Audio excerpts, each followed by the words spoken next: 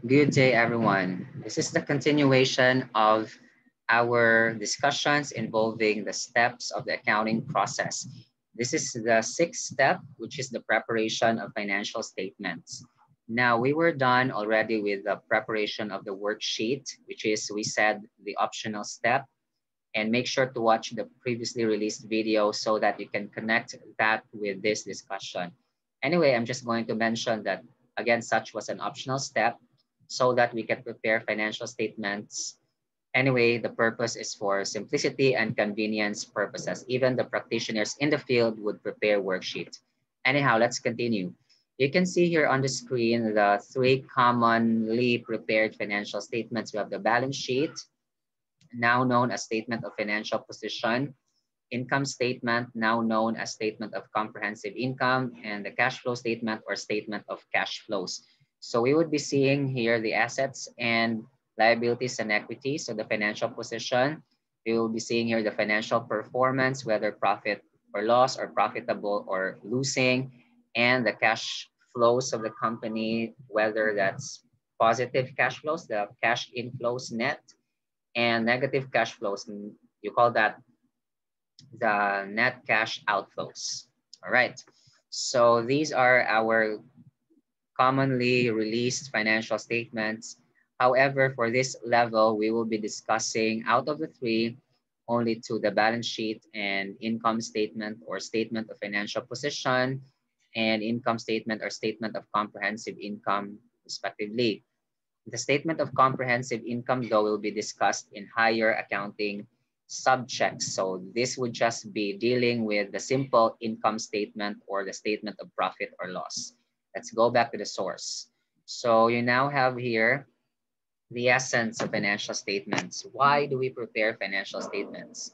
We have to take note that our stakeholders, whether investors, creditors, taxing authorities, wherever they are, who are having financial interest or no financial interest to the company, they have to know the respective items like what's the financial condition or position, how much really is the equity, the liability, how much is the profit, if ever, in the company or loss, or the cash receipts, the cash outflows, or the disbursements if outflows. Do we have positive cash flows or net cash inflows, or do we have positive cash receipts? We would say that, or collections. Or do we have the negative one, the opposite, which is the disbursement? So overall, that would be the net cash outflows. So those things can be asked in the respective financial statements, and we can see them there. They can be asked also by the other sets of stakeholders, and where do we or do they get the reports? They are going to get from the financial statements. We also have to take note that we've mentioned in the introduction that the financial statements are the outputs of the accounting process. So essentially, at this point in time, we can now say that we've already at the heart of the accounting process. However, there are still steps that we have to take note or tackle next part or series for our discussions involving fundamentals of accounting. Well, as explained, financial statements are the means by which the information accumulated and processed in financial accounting is periodically communicated to the users. Without accounting information embodied in the financial statements, users may not be able to arrive at sound economic decisions. Right. So basically, in the accounting process, remember, we journalize the transactions, we group them, and they will be posted, carried over or forward to the steps and phases and processes so that we will be arriving at the report, concise report and readable report, which would be the financial statements. So without them, users, of course, cannot make sound economic decisions because what would be their basis? They cannot go directly to the company premises, demand for the records to be furnished to them, even copies or soft copies or hard copies, and they will be examining. No, they cannot do that. So they need a summarized report. And this is the point of preparing these financial statements. Under conceptual framework for financial reporting, for those who are having already the discussions for conceptual framework and accounting standards, also you can see that anyway from this particular channel. So you can see discussions about PAS1, preparation of financial statements. The objective is really to provide financial information because we're talking here about money, from the account titles and accounting elements, assets down to expenses, that is useful to the users of financial statements. In what? So that they can assess the prospects for future net cash inflows. Of course, we want positive cash flows to the company and reporting entity, and the management stewardship of the entity's economic resources. This particular phrase is discussed in IAS 1 or BAS 1 exhaustively, but to summarize, it is simply like how management manages and protects the respective economic resources or assets of the entity. So that's the essence. Anyway, the complete set is also discussed in PAS 1, but then we will just be tackling 1, 2, and that's it. 3 will be in higher accounting or just the theory, like the equity components. 4 is just the concept or theory. Then clearly 5th and 6th will be shown in higher accounting or other accounting subjects, but then 6th has been discussed also under PAS 8. So accounting estimates, the changes, so changes in accounting estimates, accounting policies and errors. All right.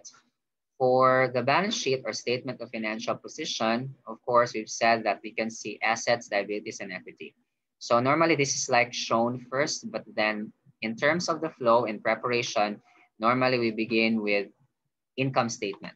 Okay, so this is now the 6th step of the accounting process, the preparation of the financial statements. And this is done normally once the worksheet is completed. However, because it is not a requirement to prepare worksheets, so we can prepare financial statements right after we posted the adjusting journal entries to the general ledger, thereby getting the adjusted balances. So let's begin with the statement of financial performance or the statement of comprehensive income, but then we are just going to focus with the profit or loss component because it has also been discussed there. So much reference to conceptual framework and accounting standards that the statement of comprehensive income is composed of 2 parts, the profit or loss section and the other comprehensive income section. For this level, we'll just focus with the profit or loss section. Anyway, there are additional items here as discussed, but they will be in higher accounting, not at this level. So this is like the simple illustration of income statement of the company. And then we call this single step income statement because we can prepare actually income statement into 2 parts or the statement of comprehensive income, the single step and the multiple step. If you say single step, that's just going to be, of course, revenues less expenses and we get profit or loss. But if we say multiple step or multiple step, it will show to us the gross profit, which is discussed in part 2. This is fundamentals of accounting part 1 or this course, accounting 111. Okay, so that's it. Get the total of the revenues, then get the total of the expenses, we get profit or loss. If revenues would be greater than expenses, then there is profit. If the reverse is true, then you call that loss. But then if they're equal, you call that break even, which is, I would say again, theoretical in nature or being used in management accounting purposes, which you will discuss also in higher years. Okay, what's the purpose of this one? To show the performance. Are we profitable? Are we losing? Next, statement of changes in equity is shown here, which is simple in terms of a sole proprietorship business. Well, you know already that for fundamentals of accounting part 1 or accounting 111, our focus will be for a sole proprietorship business. So we can see here on the statement of changes in equity, how is that computed? So again, heading, I did not mention this a while ago, but look at the heading, guys. Again, when we prepare any report in accounting, we begin with the name of the company.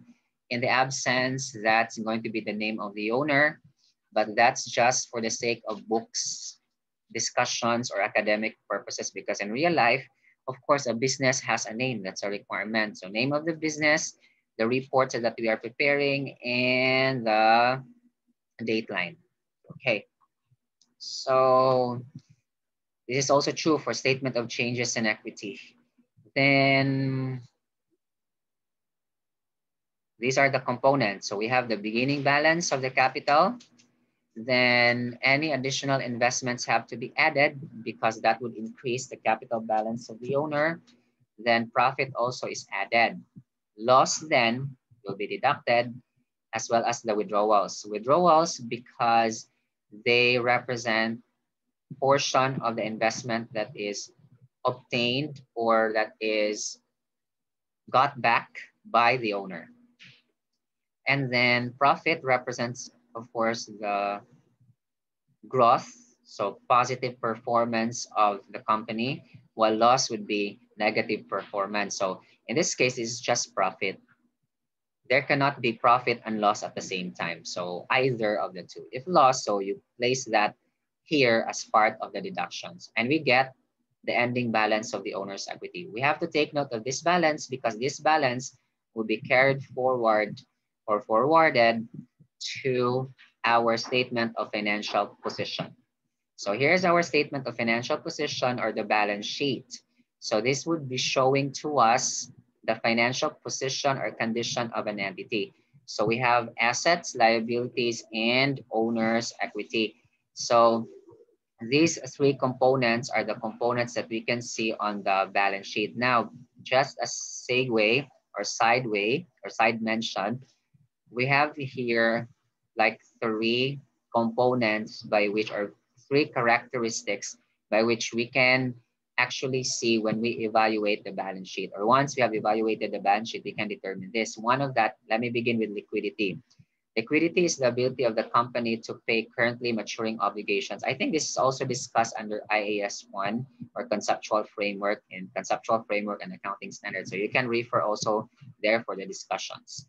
Solvency, on the other hand, is more on the ability of the company to pay long-term obligations as they fall due. However, if we pay the long-term, we also have to make sure that we pay the short-term, right? So it's really normal that the company will be, of course, liquid, but then not solvent. They cannot pay the long-term obligations. Okay, so or it's also like going to happen the reverse, but seldom. Financial flexibility is also known as capacity for adaptation, in which the company has the ability to be able to respond to certain unexpected opportunities or needs. Okay, so in case there would be like investments, there would be additional purchases, so they have the capacity to do that, to adjust to emergencies. Another one, which is not mentioned here from the book of Lopez, is called financial structure. So out of the economic resources or assets of the business, where are they financed? What portion belongs to debt? What portion belongs to equity? Or what portion belongs to liabilities or the capital? So shall we say, is it 60% liabilities, 40% equity out of the assets of the business? So that is financial structure. And those four can be obtained out of the statement of financial position or the balance sheet. So good that this is now using IAS term. Although IAS term has been used already, like even during the time that I studied, however, we just have to mention the balance sheet because for sure that will still be mentioned in the books. And what if they will be mentioned in examinations and you do not know what that is because that was not mentioned anyway? So they are the same. Format. The format can either be a report or account. How do we simplify this? If you say report, that's vertical. Well, if you remember the preparation of your visual aids for your report, remember you are going to do that vertically when you cut, for example, your cartolina or manila paper or whatnot, right? So in that case, that's the report. The account format, and the word account, remember the basic accounting equation: assets equal liabilities and equity.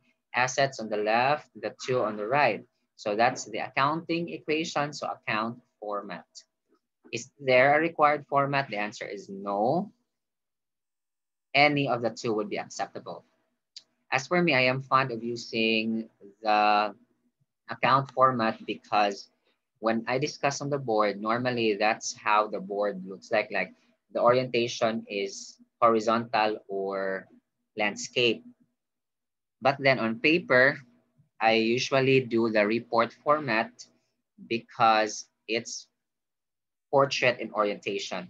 Also in preparation of reports for the sake of real life, like really presenting and the preparation or preparing of the financial statements for submission to SEC, normally it's going to be vertical. So the report format is there or is used, but there's no requirement. Also, by the way, for the income statement, it's going to be a choice of the company for the sake, though, of service concern to either use single step or multiple step. And then in higher accounting, you also notice that normally they would be using multiple step, but then it's not said also that it's wrong to use single step. Just a sideway also for the income statement because I have not mentioned. Anyway, going back to balance sheet, so no requirement. Classification, well, we are going to classify current assets different from the non-current assets as well as the liabilities. So current assets, of course, if they are expected to be settled, used, utilized, obtained, earned within 1 year or less, or the normal operating cycle, whichever is longer. So I've already explained why is it whichever is longer. It's because normally the operating cycle is less than 1 year. And we cannot prepare like financial statements. Let's say if operating cycle is 1 day, so we prepare financial statements daily, that's going to be taxing. We cannot even finish like 1 year, how much more daily. So I've explained that exhaustively already in the conceptual framework discussion under conceptual framework and accounting standards. Anyhow, so same also for the liabilities. So expected to be settled or paid within 1 year or less, or normal operating cycle, whichever is longer. So anything that exceeds 1 year or the normal operating cycle, then whichever is longer is non-current. Now, what is the format normally in the Philippine setting? It's current assets ahead of non-current assets. So that's the practice. Although theoretically speaking, it's not really wrong to prepare non-current assets ahead of assets that are current, because that's the practice in European setting. So for Philippine setting, we just have to accept that and respect that. So that's why you will be seeing, and we will be seeing, current assets ahead of non-current assets. We take note that assets are classified and presented in decreasing order of liquidity. So what is the most liquid asset, which is cash and cash equivalents, will be presented first. And those that are least likely to be converted to cash are to be listed last. Liabilities, whichever liabilities that will be due first in order of the date of maturity will be listed first.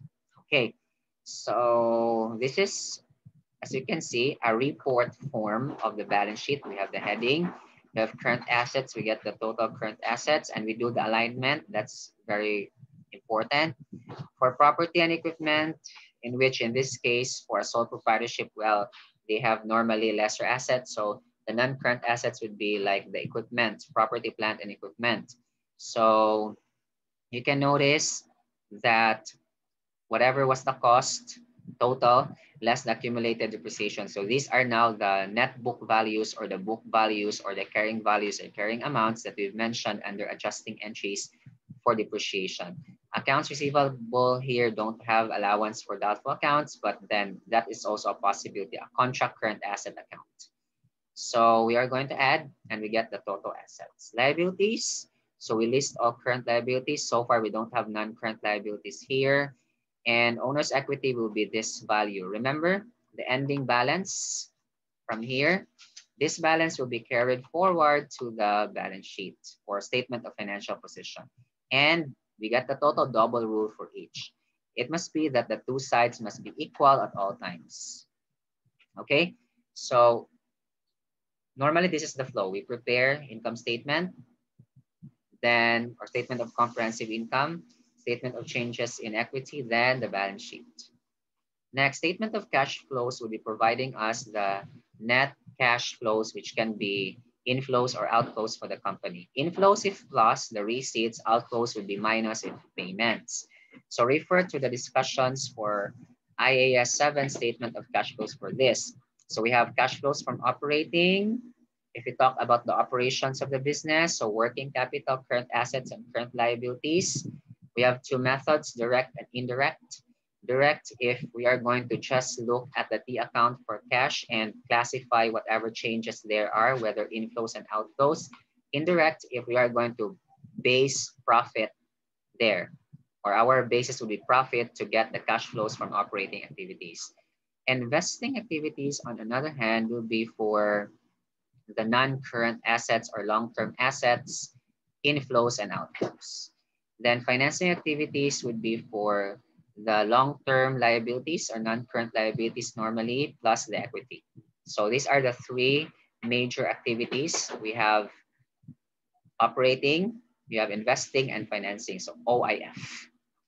Then this is how the statement of cash flows would look like. But then again, this will be tackled much in higher accounting, but you can see that they are grouped in terms of the activities.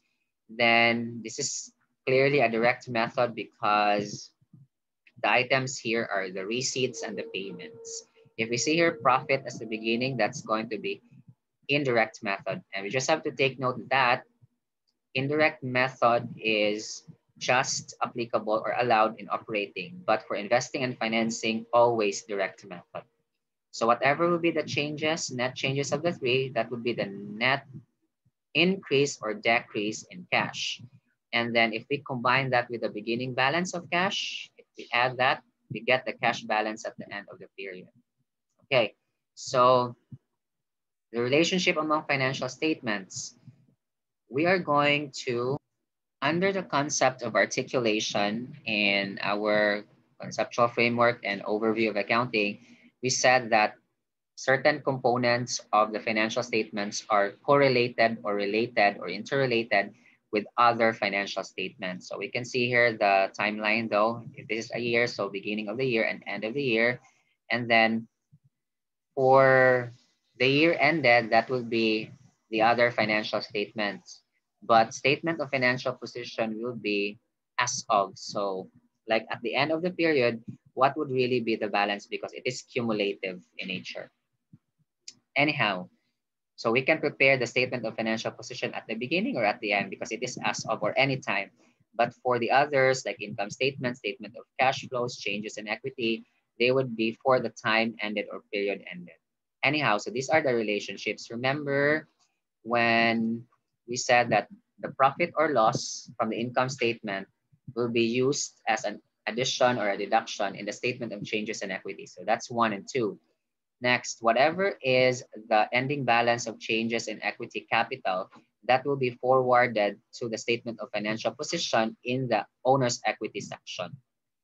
And the statement of cash flows will be showing to us the net increase or decrease in cash, then with the ending balance of cash, which will be presented also in the balance sheet, or which should be equal. Then also some of the components there, should we use direct method or indirect method, will be coming from income statement and the balance sheet. So clearly, the financial statements are connected with each other and the concept of articulation. All right. So that's it, guys, for the 6th step of the accounting process. Thank you very much for listening, and God bless us all.